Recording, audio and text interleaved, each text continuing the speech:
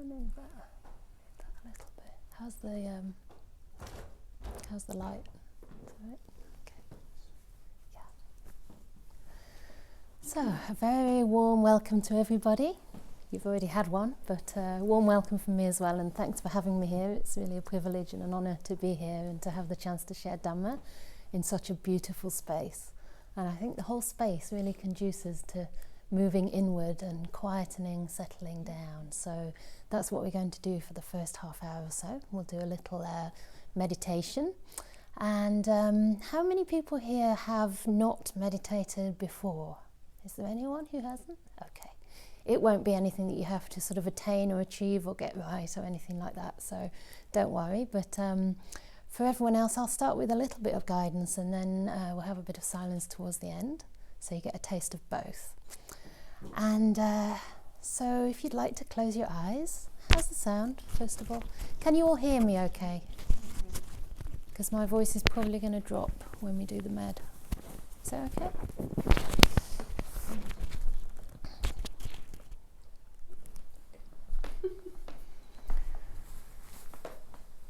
So it can be helpful to close the eyes in meditation, but if you've meditated in the past with your eyes open and that's what you prefer, that's perfectly fine too.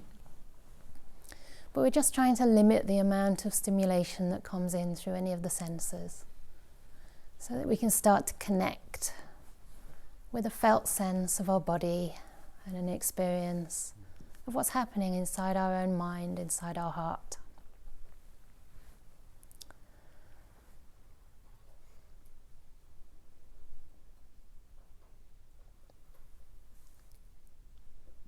So just really taking time to settle, get a sense of what it feels like to arrive here in this particular space, the space of a monastery,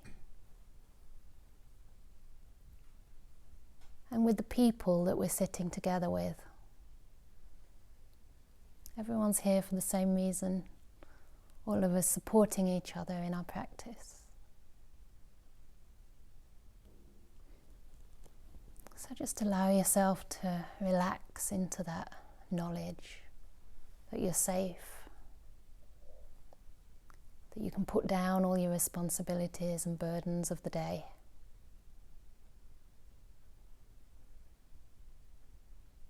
And just notice the silence.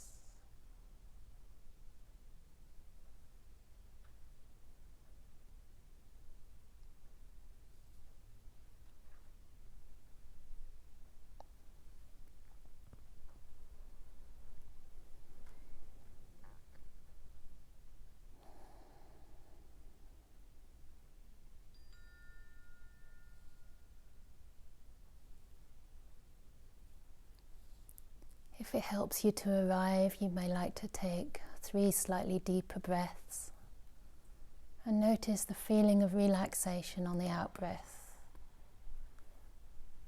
Just allowing any muscular tension or mental tension to dissolve.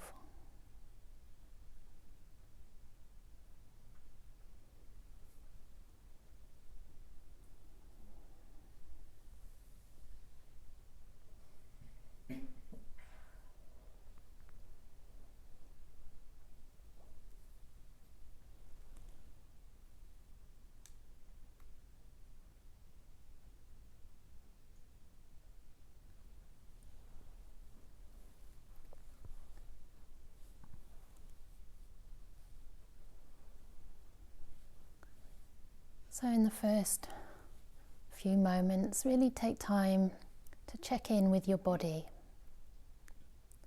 and see if there's anything you could do to make it a little bit more at ease, more comfortable.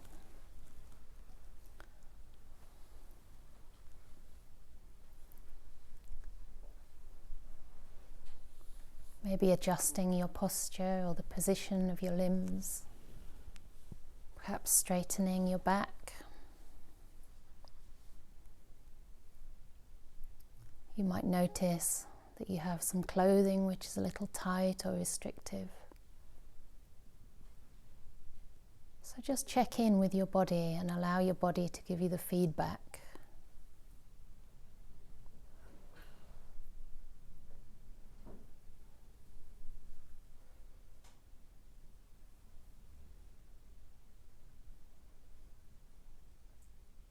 So there's no special position to meditate in.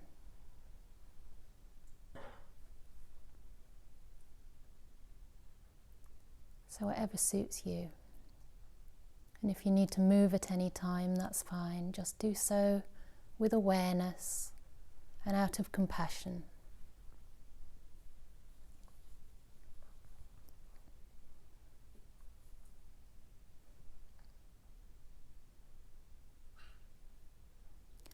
So I'd like to start by suggesting that you just bring to mind some kindness or the other that maybe was shown to you during the day, or maybe an act of kindness that you performed towards someone. Perhaps an act of generosity, giving some time to a friend, feeding the cat. Something that you can feel good about and that brings an appreciation of the kindness in the world.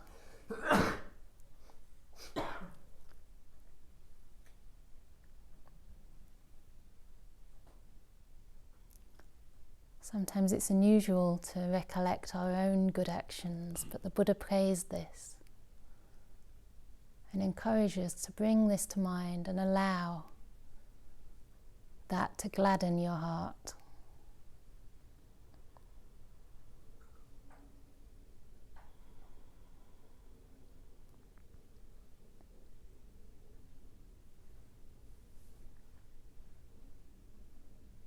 How does it feel to be kind or to receive the kindness of others?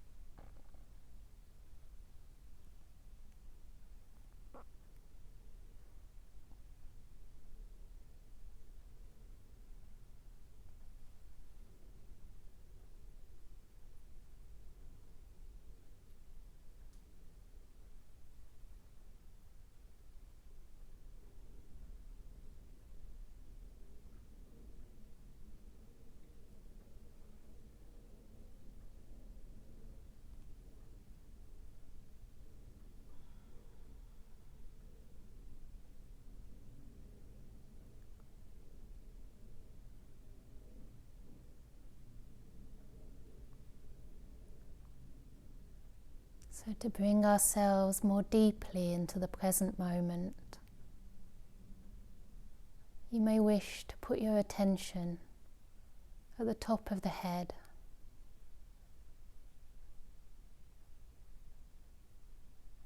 Noticing any sensation, maybe tightness or tingling.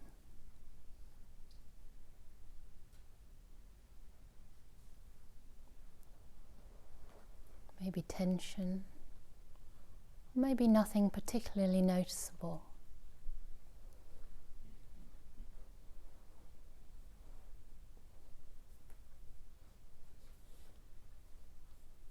And along with that mindfulness, see if you can imbue your awareness with kindness. A sense of warmth and friendship towards whatever you experience at the head area.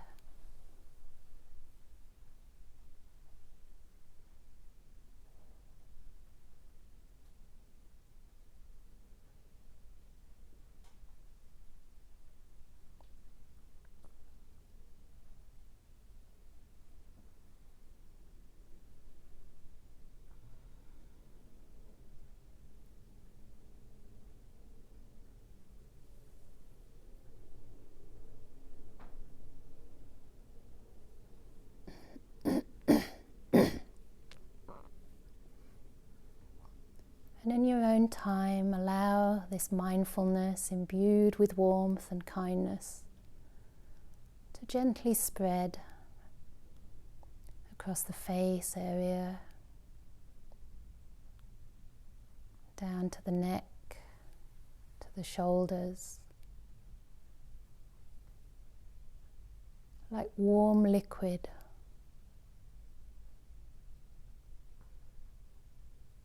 Like the light and warmth of the sun, illuminating every experience that it contacts, and also relaxing that experience, opening your heart to whatever comes into your awareness.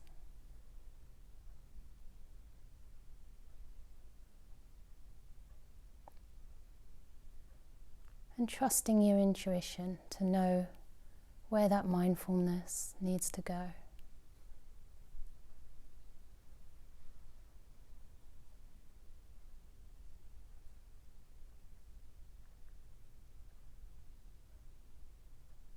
You might find it spreads throughout the body fairly easily,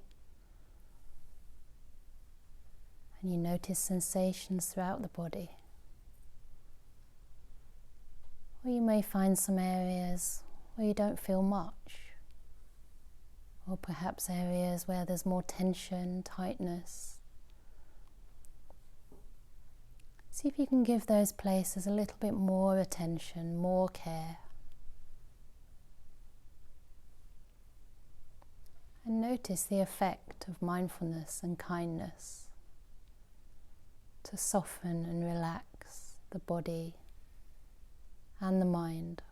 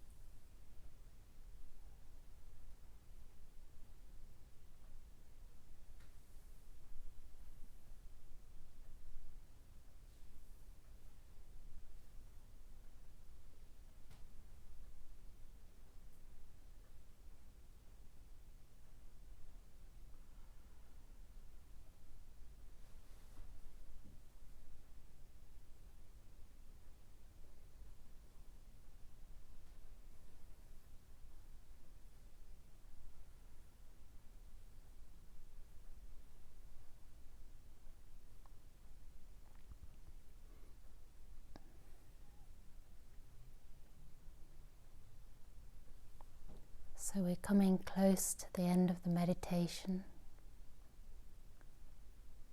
Just notice how your body feels now. Whether your mind feels more present, relaxed, alert.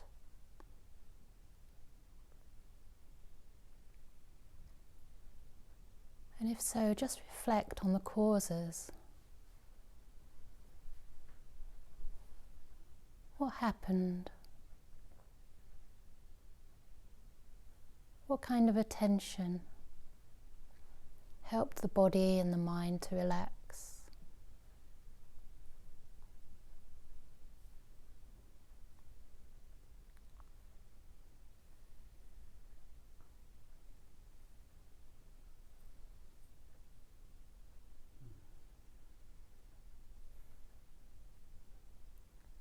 And if you're not feeling more present, relaxed, happy,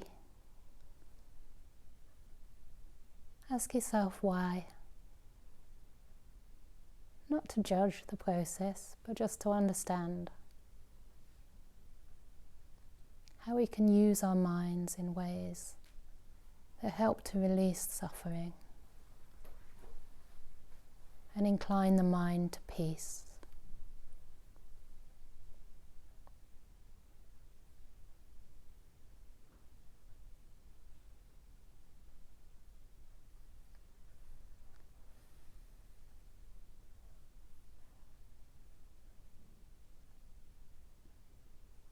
So with your eyes still closed, allow your awareness again to move beyond your body into the room, getting a felt sense of the people around you, of the space.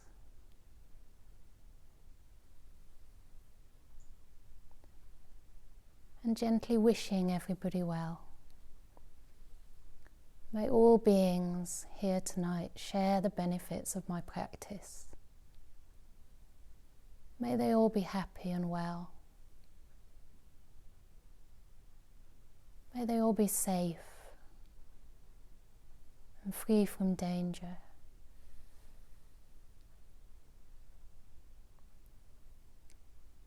May we all learn to cultivate kindness and purity of heart.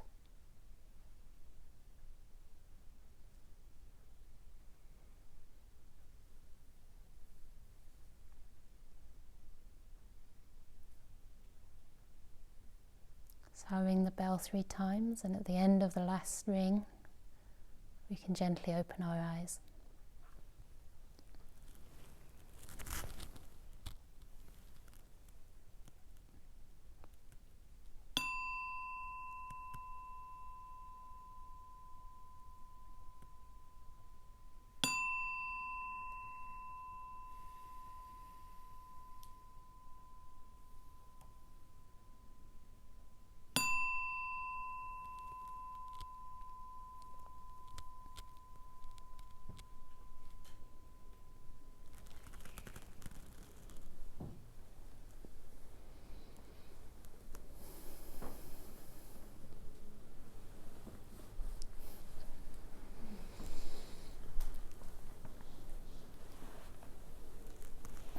Very good.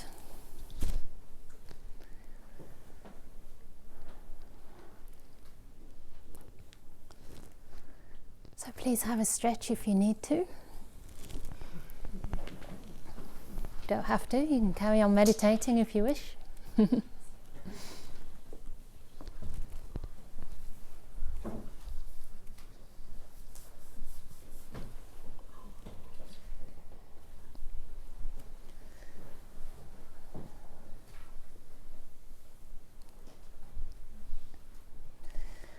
So, tonight I was going to talk about a subject. You're the guinea pigs, I'm afraid, because it's a subject most people consider quite boring. But it's a beautiful subject on virtue. Now that's probably got a bad rap, maybe in the West, maybe all over the world. And I think sometimes in meditation circles it's not discussed as much as it might be. So often we're very, very eager to start understanding our body, our mind, what's happening. Often we're drawn to meditation for stress relief, first of all, because we live such busy, stressful lives. And very rarely is sila, what we call sila in the Pali language. You can translate that as virtue or ethics, even morality. Very rarely is this really discussed and put in the context of the practice. So there's another word in the commentaries which goes along with sila. I've not read that myself, but samadhana, which means harmony or coordination, which is also very nice because it sort of implies that effect that our virtue can have in community. But it also, to me, implies a sense of integrity, like having a sense of harmony within ourselves, with our body, speech and mind. So in Buddhism, sila, virtue, is not only about our actions of body and speech, but perhaps even more importantly, it's about our mental conduct, yeah? The way we use our mind to create happiness or suffering for ourselves. Yeah? So that means ways that we look at life, ways that we interpret or perceive ourselves, other people, situations. Are we looking in wise ways that actually generate the development of wholesome states that lead to happiness, that beautify the mind, that elevate our heart? Or are we looking in ways that just create a fault-finding mind and make us miserable and grumpy and not very nice to be around? Yeah, quite often it's the latter, and especially actually in England. Especially with the weather, I blame it all on the weather, but you can't really blame it on that. So, you know, in bad weather you need to have an even bigger smile, I think. So anyway, the topic of virtue is very beautiful, and the Buddha talks about this as the foundation for practice.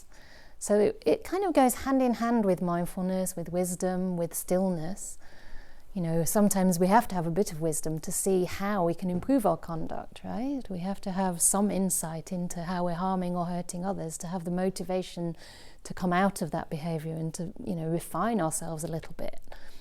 So it's a little bit of a question of which comes first. And I really love this aspect that sila is something that is not a given, it's not a rule or a commandment, but it's something that can be trained. It's something that can be developed and refined in time, yeah, through the practice.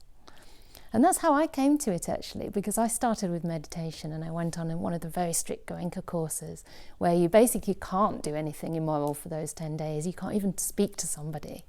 I remember on the last day Goenka, she used to say, well, you've had perfect sila for the whole 10 days, but tomorrow there's a slight risk because tomorrow you'll be talking to each other. Slight risk is there, he used to say.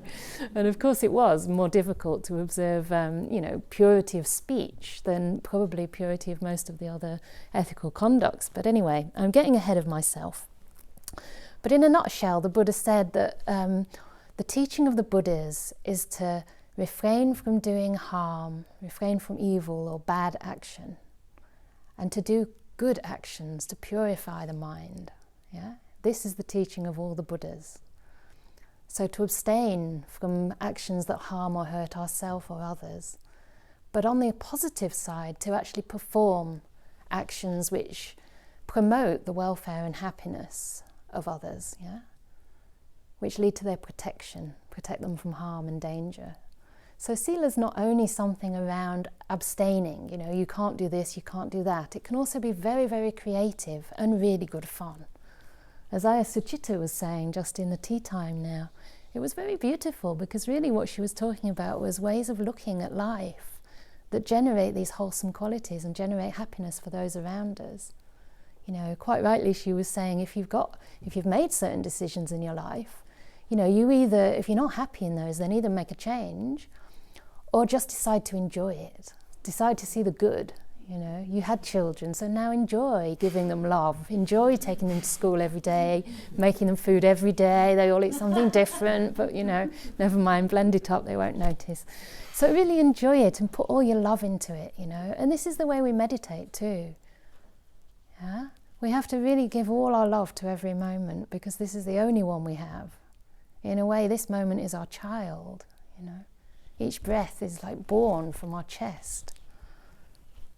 We have to give it love, we have to give it care.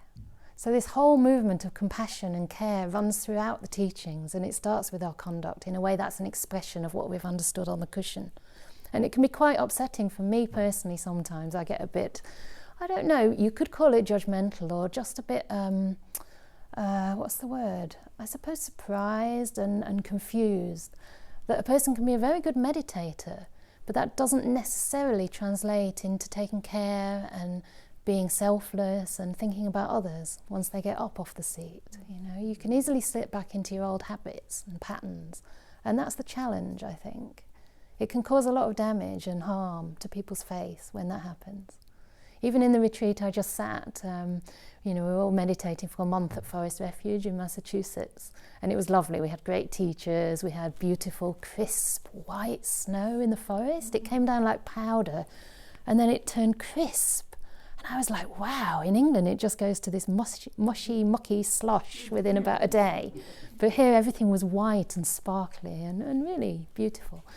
So the setting was lovely and everybody was practicing diligently. And then one day, it was a tiny little thing, but I just saw that in the, it sounds very petty, but I saw that in the library sign-out book, we were supposed to have books for 2 weeks. But somebody had signed out the book for 2 weeks. And then without bringing it back, signed it out again. But they changed the handwriting so that it looked like two different people. And I knew this person, so I knew the writing, and it was either even written like with the initials differently and the full name differently, so everything changed. And I just felt, because you're very sensitive in retreat, and I felt there was a sense of deceit in that. And I immediately, I'm not usually a particularly demonstratively angry person, but I got this vroom, like you did the other, vroom. She's very good at miming. I'm not so good, but it kind of came through me like this sort of, that really sucks, because I wanted to believe that this person was practicing sincerely, and of course they were, it's just that we're not perfect, right?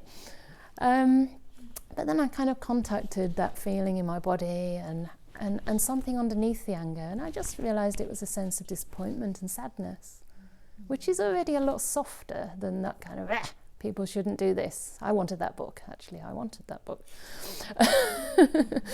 So, and then I contacted that feeling, and from there I sensed compassion. I sensed compassion arise, first of all towards my own sadness and disappointment, but then also to this person, because perhaps they didn't realise that they were harming others. I'm sure they didn't. Maybe the book was really helping them, with their practice. Perhaps that's why they'd inspired me with their, demeanour and their sense restraint.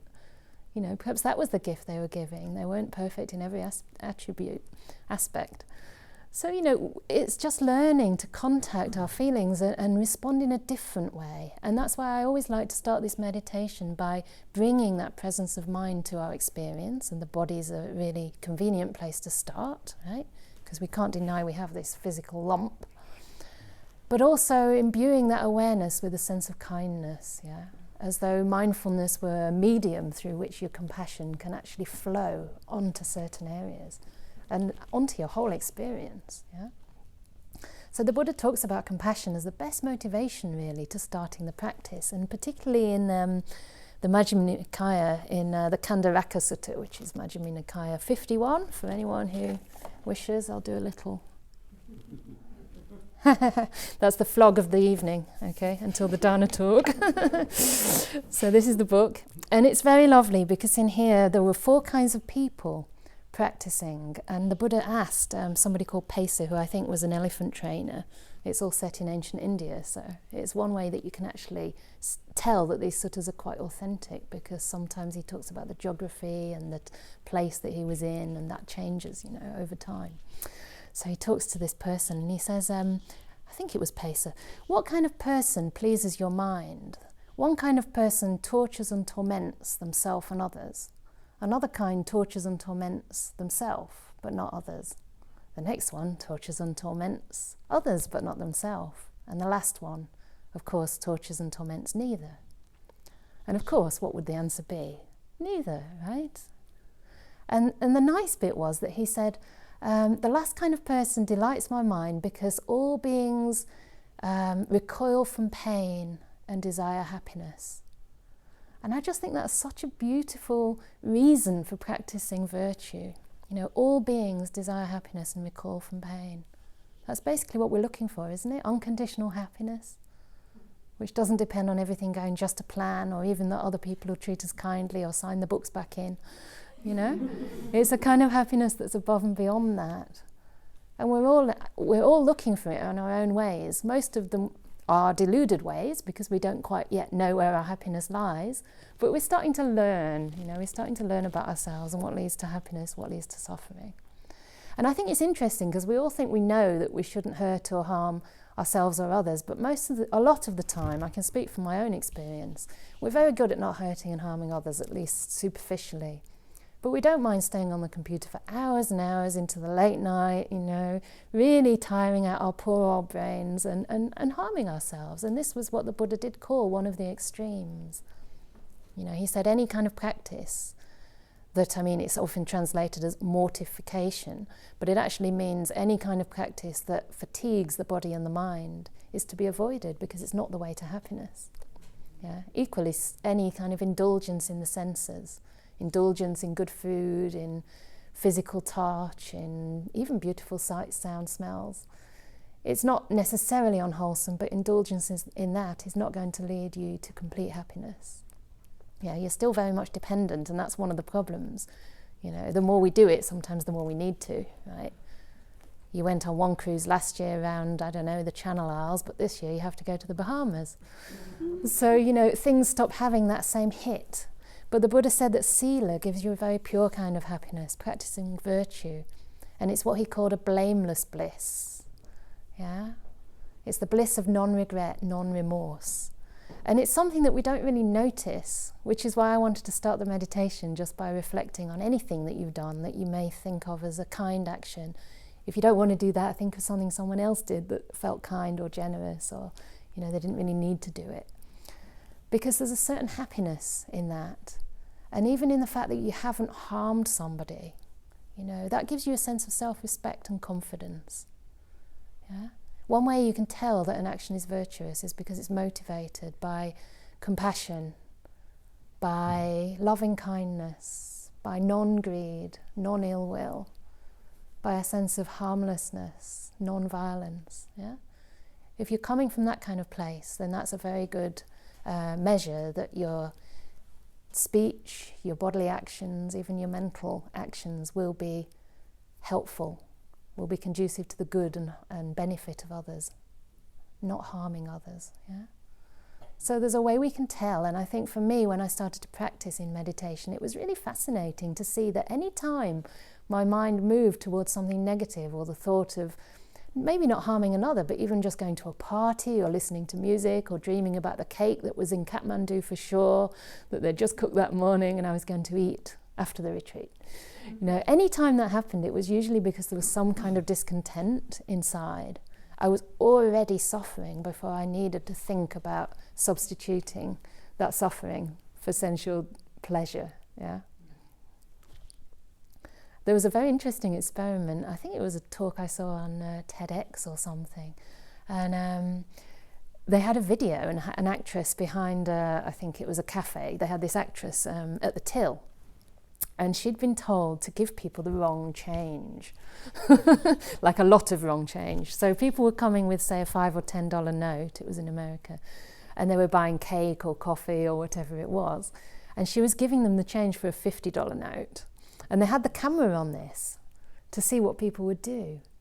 And you, like me, may think that a lot of people pocketed the change and didn't say anything, but actually everybody, to a certain point, did that. They gave the change back.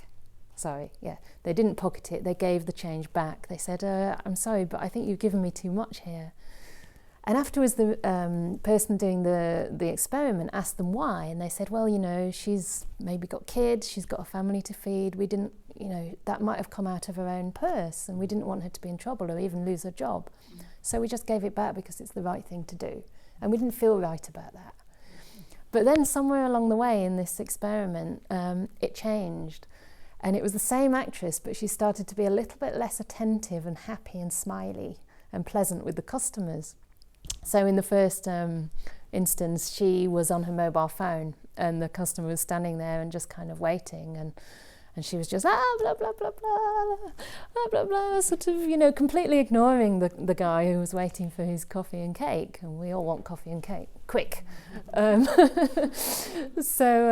he was getting a bit agitated. And then when she did talk to him, she was quite rude. And I think she gave him the wrong order or something like this, what he didn't ask for. And very interestingly, when he finally got what he'd asked for and he got all the wrong change, like about $45, it showed him on the camera sort of looking around and then, okay, I'm just going to walk away with that. And I thought that was really interesting. And afterwards I related that to my own experience in meditation of when, I noticed some sort of discontent or maybe reaction, aversion, pushing away an unpleasant sensation. At those times, I'm much more likely to start to speak in a maybe not very beneficial way to people or start complaining, Maybe not stealing, but, this is where it starts from, this sense of greed, hatred and delusion in the mind. Yeah, we're not happy, and so we go out looking in the wrong places for our happiness. So that was quite interesting, and I did actually want to get to the precepts at some point, but I'm waffling. But I just want to read out a little bit about some of these particular virtuous acts, because there's a lovely place in the suttas here which talks about not only the negatives of what we shouldn't be doing, but also the positive correlation. So, for example, the first one says, this is for the bhikkhus and the bhikkhunis, so this is for people who've gone forth, but this applies to anybody actually. It's just part of the gradual training that the Buddha talks about in this particular sutta. So after this Pesa says that, all beings desire happiness and recoil from pain, the next stage for him was to develop confidence in the Dhamma. He heard the teachings and he developed some confidence because this was a way in which he could actually apply his understanding of compassion, and start to care about his conduct in reality. So the Buddha was giving him teachings as to how to do this. So he went forth and shaved off his hair, and it says, took the yellow robes, so you can see we're doing the same thing.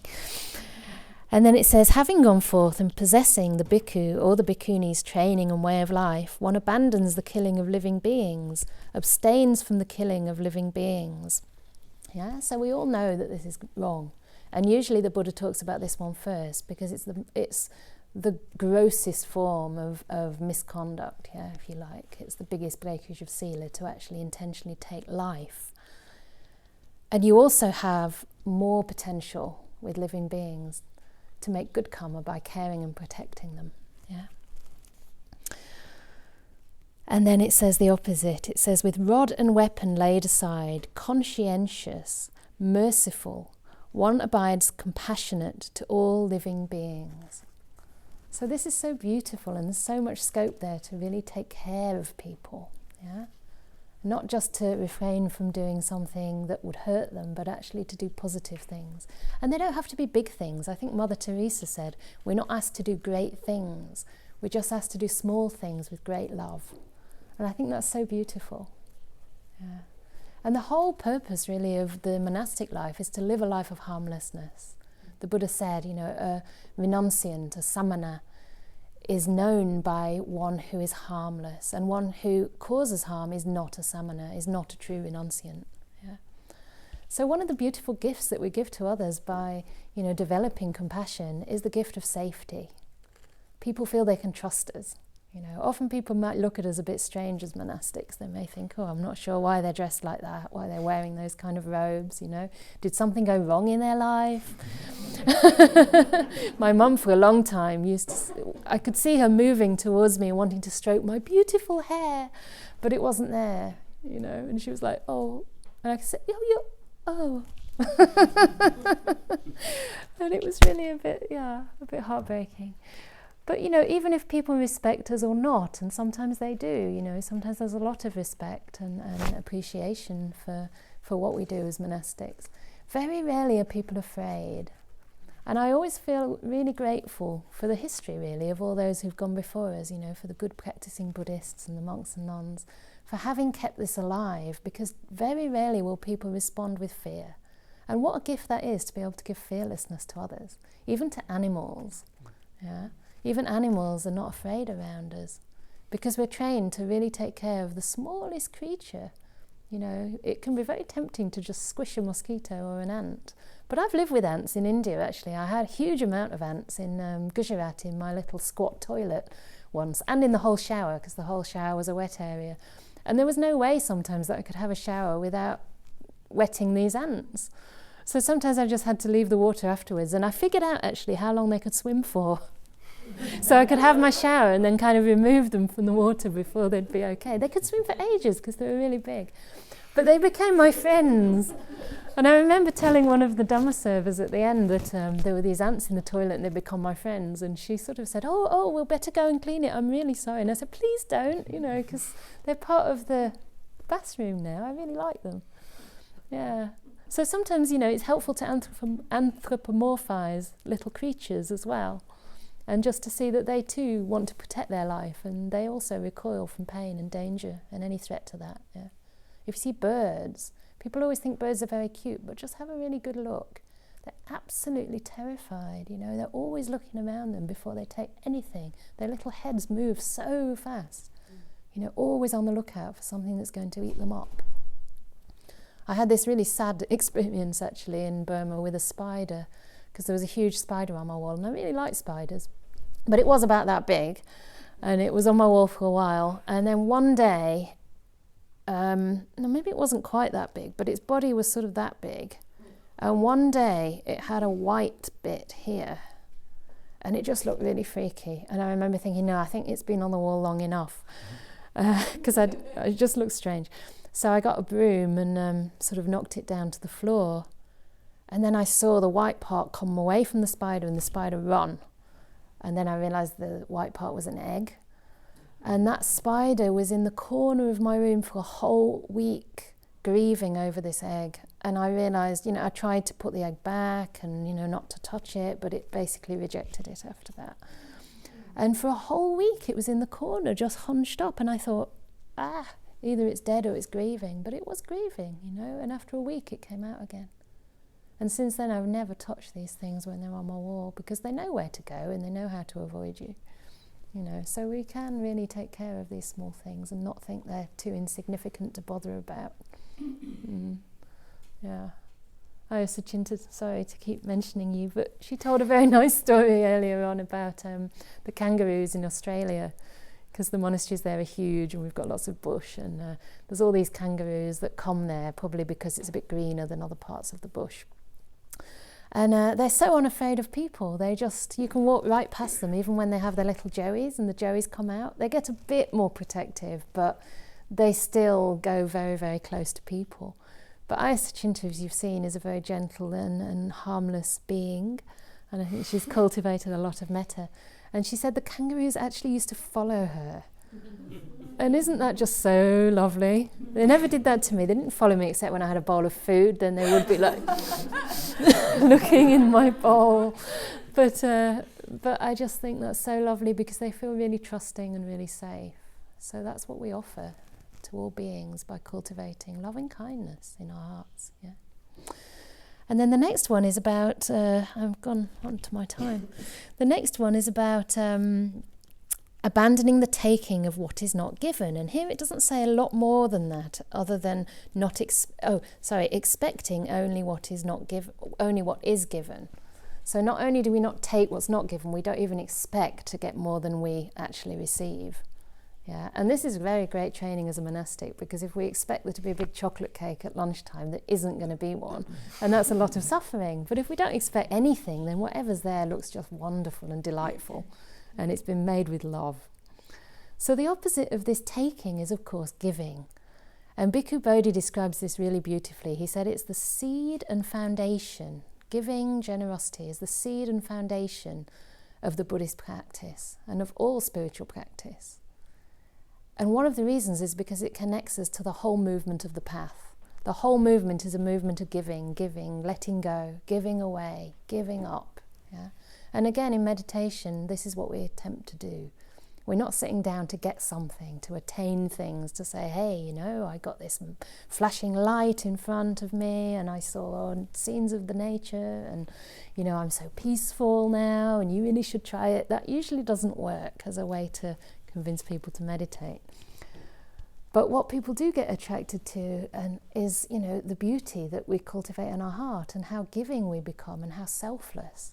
So this generosity is something we can do in the practice too. We can really give our full attention in every moment. Yeah, we can give our heart to the breath. We can really befriend it, you know, rather than say, hey, come over here, breath, and stay with me. It's like, if you want to come, you can come, and if you don't, that's fine by me.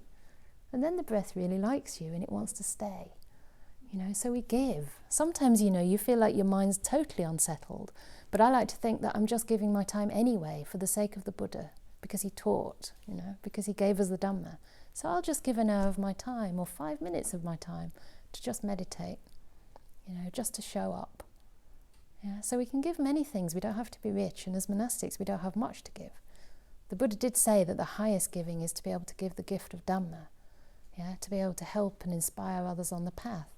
But most of the time we're not in a position to do that. We're just training ourselves.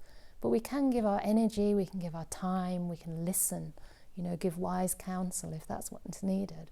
Or just make each other a cup of tea.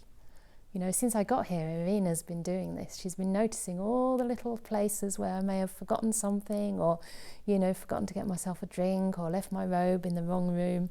And she's just there. She knows, and she's like, can I give you I've made you a pot of tea. And that's just so caring and so beautiful. It means so much more than any amount of donations would ever mean, you know, or a new robe or whatever it would be. So this giving is a very beautiful part of the path, which immediately applies to practice. And then the one, I'll read this one as well, about, basically in the sutta here it's talking about abandoning incelibacy and observing celibacy, but again this is for the monastics. But what it really means for the lay people who maybe are not celibate and are in sexual relationships or committed partnerships is that we give each other the gift of trust. Yeah, so if we've made a commitment to somebody, we honour that commitment. Yeah, we don't cheat on people, we don't flirt with other people. You know, you make your commitment and you make it work.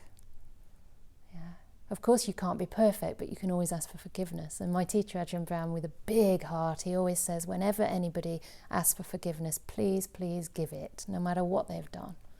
You know, you make it a safe place so that others will come forward with the truth, because fear is what drives the truth underground.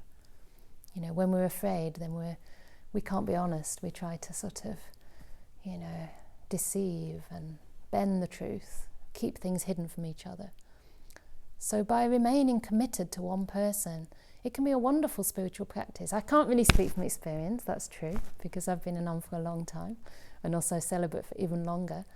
But it is a way that you can care for each other and learn to put your needs, maybe not after your partner's, but think about the two of you rather than just yourself. Yeah, and this is a great way to start overcoming that sense of self. And then the other one, which is really tricky, of course, is right speech. So I'm going over only a little bit. But I want to read this because it's just such a beautiful way to explain what right speech is. I just love the way the Buddha phrases all of this. So it says here, abandoning false speech, one abstains from false speech. One speaks truth, adheres to truth, is trustworthy and reliable. One abstains from malicious speech.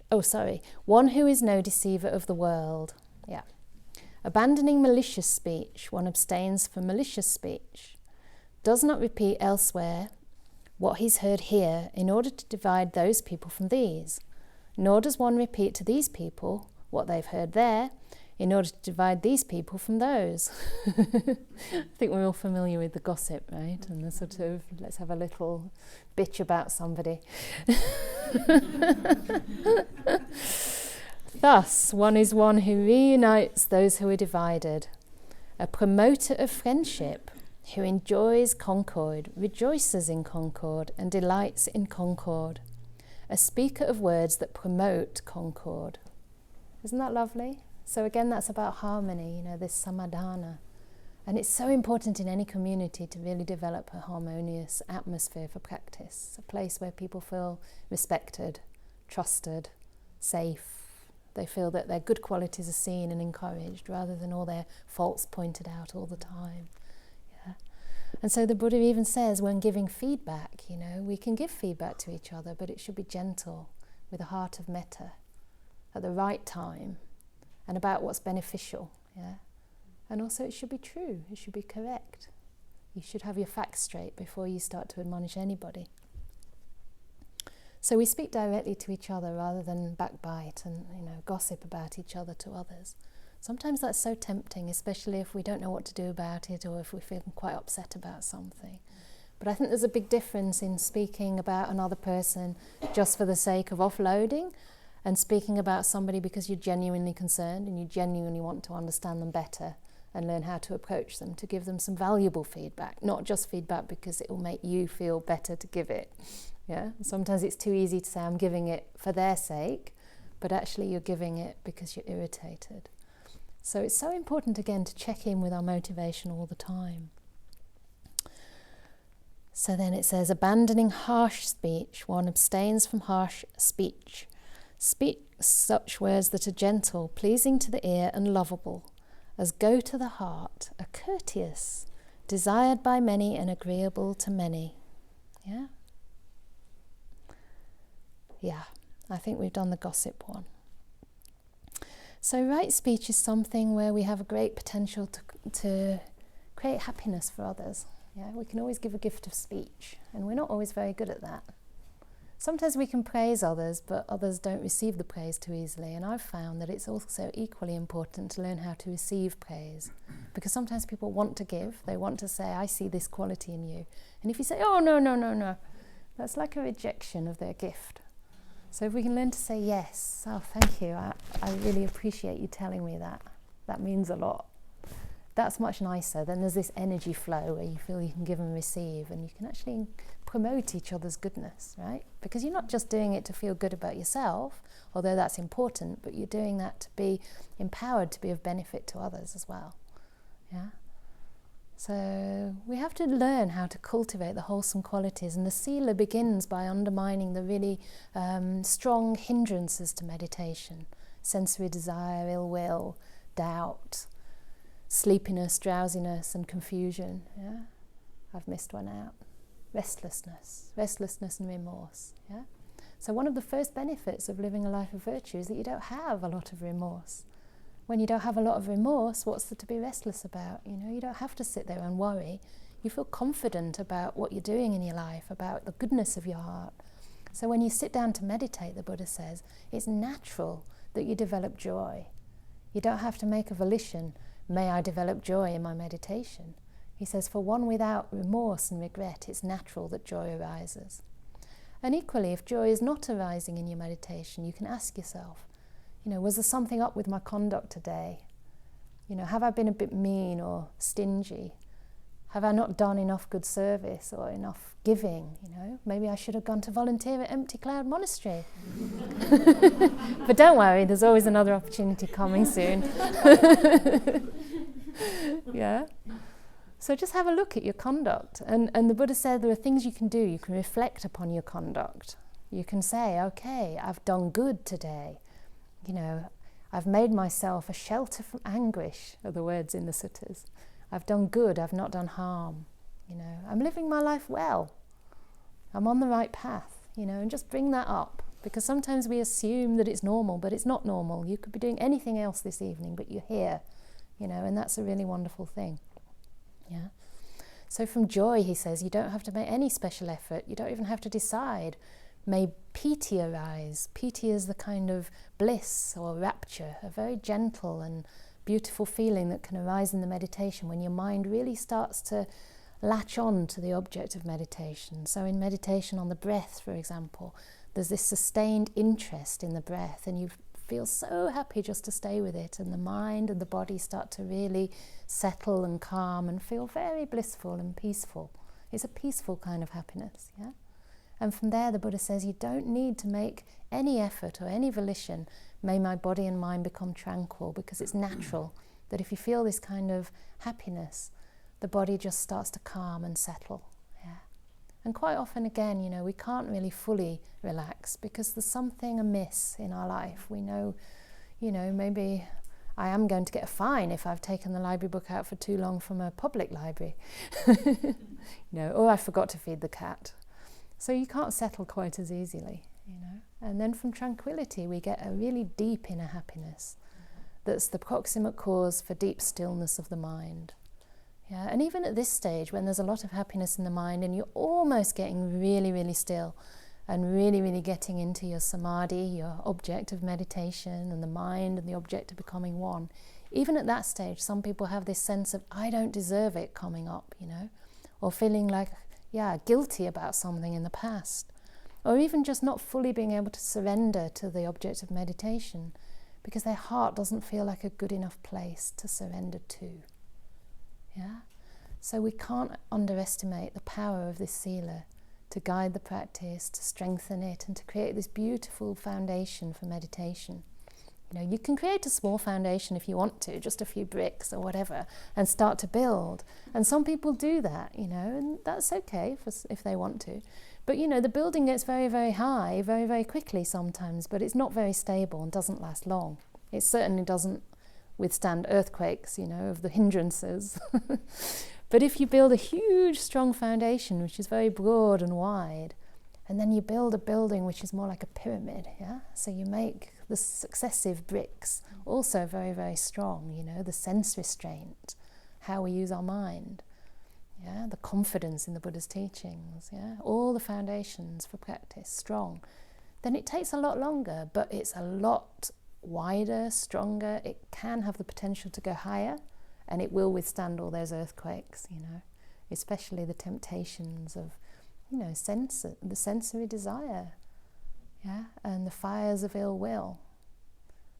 And slowly, as our minds become purified in this way, we're able to see where the real source of suffering lies, in the delusion, you know, that we take to be a self when there is no self, or we take things to be permanent when they're actually impermanent.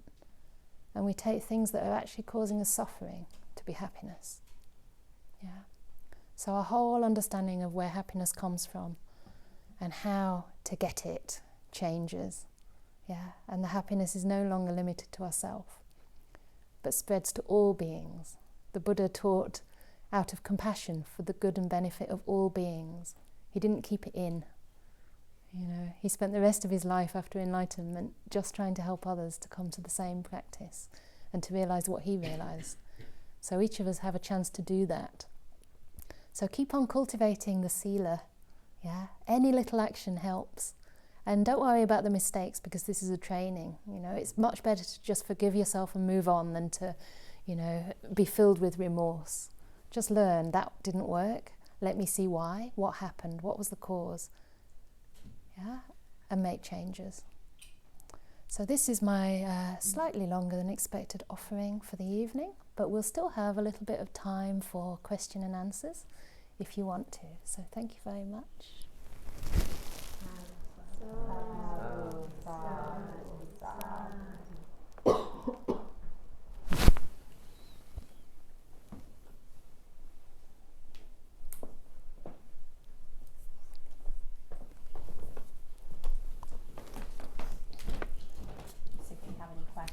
This is the right time. Yes. I'd like to ask you about your journey. And of course, that's a very interesting thing for me. For most monastics, they have very beautiful stories. And you said something about India too, and you trained under Ajahn Brahm, and I know Ajahn Brahm was not in India. Correct. So did you go through so many other traditions? I'm even older than Ajahn Brahm. No, I'm not. Yes. So yes, I could try and make the long story short. Yes. So in my teens, I had a very unhappy awakening to the fact that I didn't have much meaning in my life and I needed to find one. And I felt that I wouldn't find it in England around familiar things, in a capitalistic society where I was just told to go to, school, get good grades, go to uni, get better grades, and then get a professional job. And I just panicked really at the thought of that. And I had a very good and very close best friend who's now one of my trustees in my project back home. And we had the crazy idea to go to Asia. We heard that there were full moon parties in Thailand. That's the honest truth. But she said, well, India's near to Thailand, so why don't we go to Thailand and then go to India? And I said, well, okay, why not? You know, because we just wanted to get away and to get a change, to have a change. So I went to India, and I knew I was there to look for something, but I really didn't know what it was. I just knew I needed to be somewhere different and find a different way of approaching life, perhaps, a different sense of meaning, more purpose, more meaning in my life. And as soon as I got to India, I noticed there was something different. First of all, like the truths of life, of suffering, of impermanence, especially death, birth and death, were very, very evident, and they weren't hidden away. But there was also this, even though there was a lot of poverty, there was this sense of aliveness in people's eyes that really intrigued me, as though they knew there was something beyond themselves. Because I think people in the West get very, very caught up with themselves and their small problems in day-to-day life. And here it just felt that there was a much greater sense of being connected to everyone else, and a sense that they were there for a purpose. I didn't really understand what it was or understand much about it, but slowly over my travels I heard about these retreats where you can go for 10 days and just be in complete silence on your own and look at your body, look at your mind. And because in my teens I've been quite depressed, I already knew that if you weren't happy, nothing outside could make a difference. So I had a sense that happiness must be coming from inside. And I wanted to understand the way my mind worked. So I just wanted to go on these retreats to see what would happen, basically. So I don't know whether that's a spiritual interest or a psychological interest. I just wanted an end of suffering. I don't know why, but for some reason I really suffered, and I felt that it was more than only my own suffering. It felt like the suffering of the world somehow. So I went on this retreat, and everything I heard was just putting my own thoughts and feelings that were unformed into words. And I just couldn't believe it. I was just on a high. I mean, even though it was physical agony, you know, but I was 20, I was really up for that. I didn't really mind. It was like part of the adventure, but I just knew I'd come across something really important. And especially when he talked about suffering and the end of suffering, and also dependent origination, how suffering arises. I just thought, this is amazing. I found my path, and this is all I want to do. So I spent the next 10 years in Asia, mostly in India, sitting and serving countless courses. It was basically all I did. And I'd just go to different countries to try and earn a bit of money to come back and carry on. So I did that, but the whole time I was looking for a place to ordain, and it took 10 years to find something. That's how it is for women quite often, I think. As a monk, I'd have had more chance. As a man, I'd have had more chance. But after 10 years, I did hear about a teacher in Burma who was teaching in the same tradition, but was also quite realised. And I didn't know the impact that would have, but it had a huge impact to meet somebody who had really experienced the depth of the Dhamma. Was just so moving and so deepening of faith that I determined to spend the rest of my life there. But I got sick. I got really sick. I mean, I don't mind a bit of sickness, and I'm not sort of, you know, we were sitting for like hours at a stretch, and I'm not sort of giving up easily on things, but it was just unsurmountable. And luckily it coincided with the time that I first heard Ajahn Brahm's teachings that he gives to the monastics, which were actually very deep and powerful. But they also had the aspect of understanding Western psychology and a lot of kindness and metta.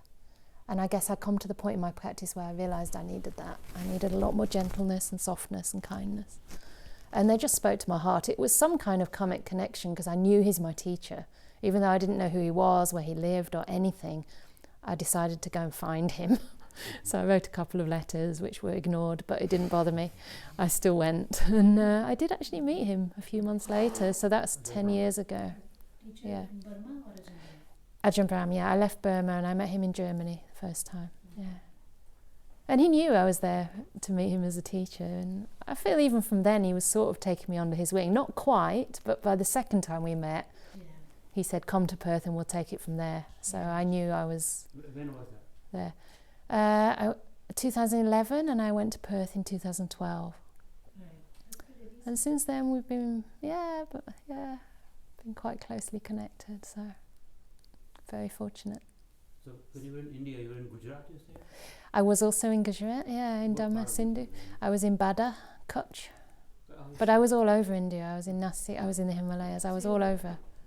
Yeah. You were working for the Vipassana Yeah. organization? Yeah, serving, yeah. That's great. Yeah. I just want to see if anyone else wants to ask anything. Yes. So this chat was about virtue, Yes. and I'm wondering how you work through, from a layperson's perspective, working with somebody who wholeheartedly believes that they also are acting out of virtue, but it's in complete conflict with what your mission is. Right. So do you mean like how you get along with them, or how you continue to work together, or how you change them? Well, not change. Sorry. Oh, there is a little friend. Oh. Sorry. Don't worry.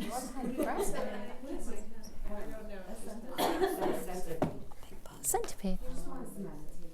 Oh, he's just giving us the training in action.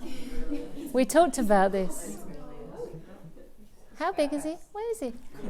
Can't even see him. You might need a cup.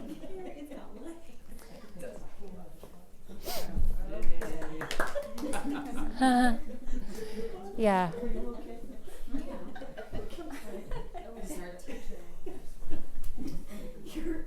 Okay. We didn't get it. That's the excitement of the evening. Yes. Shall we go back to your question? So yeah, could you just clarify it a little bit for me? I guess when I feel like I'm doing or trying to educate other people on something that they may not know, and they are convinced that they know everything, and they're trying, and we're both convinced that we're trying to Do the right thing. reveal the truth, Yeah. and it winds up being completely in conflict with each other.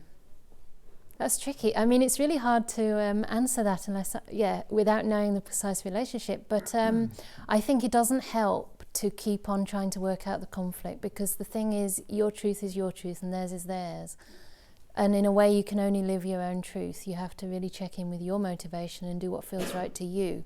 Anything else will just be a lack of integrity, and you won't feel good about yourself. So I think, if you are hoping they'll, maybe if there's something in their behaviour that really does look immoral to you, the best way is probably to lead by example, just to set a good example. But if it's a situation where you have to work with them or even live with them, say in a partnership, I actually think it's really important to have similar ethics, similar approaches. Before I ordained, I actually had a partner who was practicing, and we used to do long courses together, like month-long courses, and serve a lot, and I thought we were totally on the same path. But then there was one little thing that happened, which I thought was something I should mention to a teacher, because it wasn't entirely in line with the precepts, and he didn't think it was a problem. And straight away I knew, there's something amiss. Because I've been tormented about this, and he's just like, yeah, whatever. So it didn't actually work in the long run. I think for long-term relationships, they say that two of the things that are most irreconcilable are very different personalities and different ethical values. Because we are all going to manifest that slightly differently. But I think the guideline in general, one guideline that you can use to check out whether something really is virtuous or not, there are two ways. One is, does it cause harm to myself or others? Yeah, and it shouldn't cause harm to either. And what is the motivation?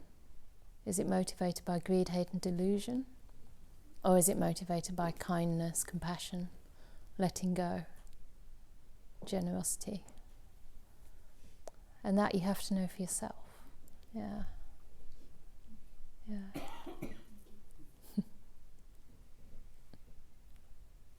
Yes, anyone? Yes. Well, I have a question, because again, I said this last week, I'm very ignorant on the subject of Buddhism. Is there different, like, you know how in Judaism there's like Hasidics and Orthodox Jews and Reform Jews, are there different, I guess, I don't know if it's levels or different followings, or what is the correct like terminology? Okay, I guess we'd say different lineages, perhaps. Okay. Yeah, you could say different sects. It depends. I mean, a sect to me implies that it's gone away from a lineage a little bit further, perhaps. I don't know. But yeah, there are. I mean, we follow what I think all of us 4 and maybe 5 are ordained into the Theravada tradition. But the Theravada tradition, I mean, they're sort of artificial, separations in a sense.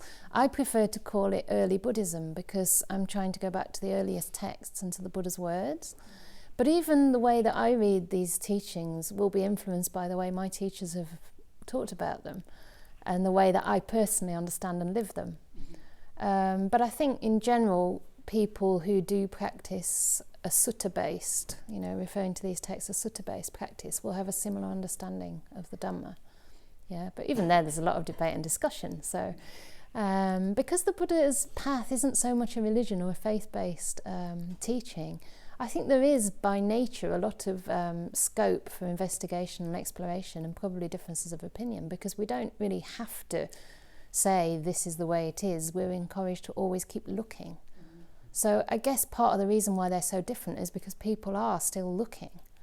I mean, one of the things that I've found, because I don't know much about the other traditions, but one of the things that helps me understand is that everybody's speaking from their particular stage on the path. So somebody that's giving their definition of enlightenment, if it differs from my definition of enlightenment, it may be because they're calling a different stage enlightenment to what I'm calling enlightenment. So sometimes it's not that it's different, it's just that we're talking about different points on the path. So you could see it as like a mountain which you're climbing, and somebody's got to here, and from here they've understood this much, so a doctrine starts. Someone else climbs a bit higher, they've understood that, but they've also understood this, so then another doctrine starts from there. The Buddha climbs right to the top, so you can see all the different doctrines from above, but he gets the whole perspective. So then his teaching will be slightly different. So, yeah. Yeah, there are. One thing is, in different lineage, the core teaching is still the same, that doesn't change, right? I can't say yes, definitive. I can't be I don't know definitely about that. I really don't know about that. I think they're very, very similar up to very high levels. And beyond that, I honestly don't know. I think to say yes or no would be a little bit presumptuous, because I think it's hard to know. I mean, Bhante has a lot more knowledge on this. If you come another time and talk to him about it, he might be able to say a yes or a no.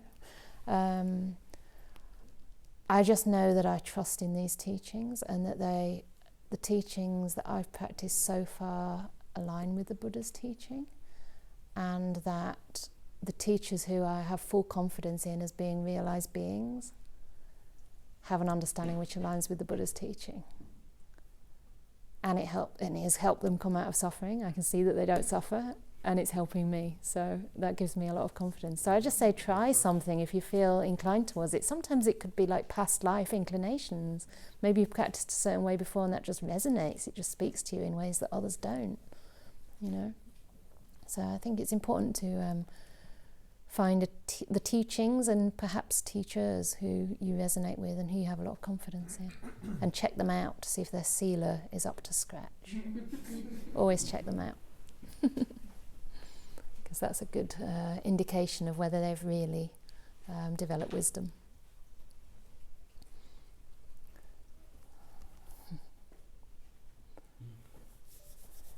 One more? Yeah. Is this being recorded, or? I don't think the question and answers are. They are. I don't think we'll put them out though, because if other people are on there, then if you're not comfortable with that, then we won't publish that. Yeah, I think the Dhamma talk is probably going to be uploaded. if that's okay with everybody's consent. And if anybody, are you prefer the Q&A not to be included? Actually, that's what I would like to hear again. Oh, you would like to hear it again? Okay. So I don't know how it works here, but normally at the end of my talks I ask if anybody is uncomfortable to let me know, just to protect people's confidentiality. Yeah. One last question, if anyone has.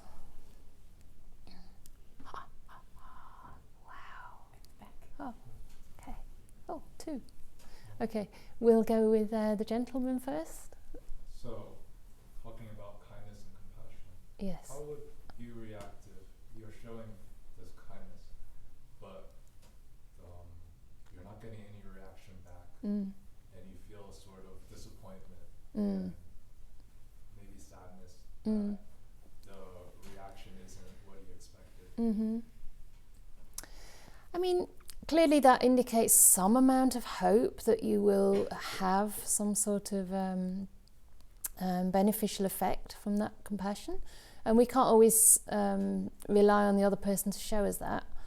But I would say look inside and see if it's having an effect on you, because that's also important. Is that kindness and compassion having a beneficial effect on your own heart or not? And I mean, it's natural that there's a little bit of expectation that it helps another as well, and that they may start to appreciate it or change or soften, maybe come out of some difficulty. But unconditional love learns to let go of any expectation of reciprocity or effect. We actually practice these Brahma Viharas, as the Buddha described, to change our own hearts, not to change others. But I also think that it may appear that they're not responding or being affected, but I actually really, really believe in the power of compassion and love to affect change. And it may just be that that person's, really struggling, maybe they've been traumatized, maybe it takes them a very long time to trust somebody. So I would say just be consistent and keep showing that you're a safe person, you're a safe space, and that you have goodwill and good intent. Maybe try a little less hard so that you don't feel tired or, disappointed when there's nothing coming back. But one nice story that Ajahn Brahm tells is about this really grumpy, more than grumpy, I think quite tyrannical prison guard in Australia who was just really mean to all the prisoners. And the prisoners heard some teachings from Ajahn Brahm, and he said, just try and keep on winning him over with kindness, just do something kind for him, win him, turn him around, make him cups of tea, whatever it is, say hello, smile. And so they were doing this for months and months and months. And this prison guard was just as bad as ever. He'd ignore them, he wouldn't even want the tea sometimes, he'd push it away, he'd never smile, he'd continue to shout and torment them. But then one day the prisoner went in, and he gave him the cup of tea, and the prison guard went, That was it. And that was a response. And this prisoner went to tell Ajahn Brahm at the end of the day. And he said to Ajahn Brahm, this is what happened. He went, And my teacher said, great, that's the start, that's fantastic. And apparently from it didn't take that much longer to get him actually softening a little bit and starting to treat them a little more kindly. So don't give up. But maybe relax the effort a bit. And also remember yourself, right? Give yourself some compassion too. Because it's easy to put all our attention on trying to be kind to others and we forget about ourselves. One more, and then we'll... I just wanted to thank you, actually, for this wonderful thing this evening, for your wisdom. Thank you. I accept that.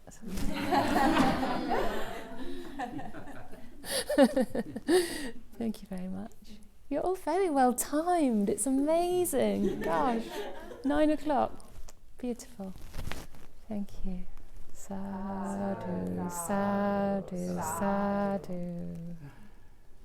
That means well done, or awesome, or fantastic. Awesome.